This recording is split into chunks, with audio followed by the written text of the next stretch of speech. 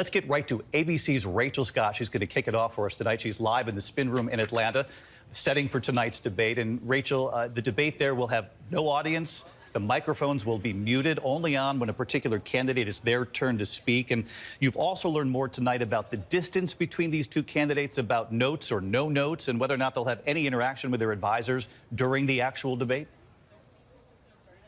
Yes, David, this debate is going to look and feel a whole lot different for the candidates and also for the American people that are watching. So the candidates themselves will be 8 feet apart on that debate stage. Their microphones will only be turned on when it is their turn to speak. They will not be allowed to communicate or talk to their aides or advisors during commercial breaks. They will also not be allowed to take anything pre-written onto that debate stage. They will be allowed to write things down once they get behind the podium. Of course, there will be no studio audience tonight, no one to cheer them on. That's something Donald Trump has complained about, but his advisors are hoping that it does keep him more on message, David. Well, let me ask you about that, Rachel, because I know Donald Trump's team behind the scenes, you've got some new reporting on this in recent days, that they actually hope that not having an audience sort of egging on the candidates, things that they like to hear, might actually help, they believe, keep their candidate, the former President Donald Trump, on message in a way that perhaps we haven't seen.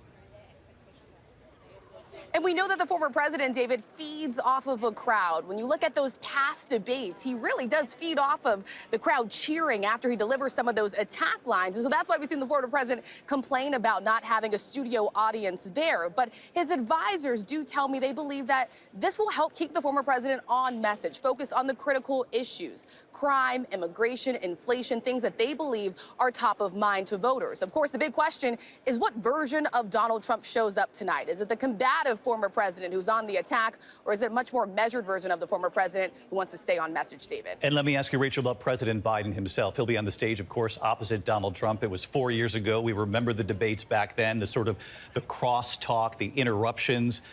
Is it the hope of the Biden campaign, of President Biden himself, that this new rule about the mic being off when you're not speaking will actually help the president get his message across on some of these key issues?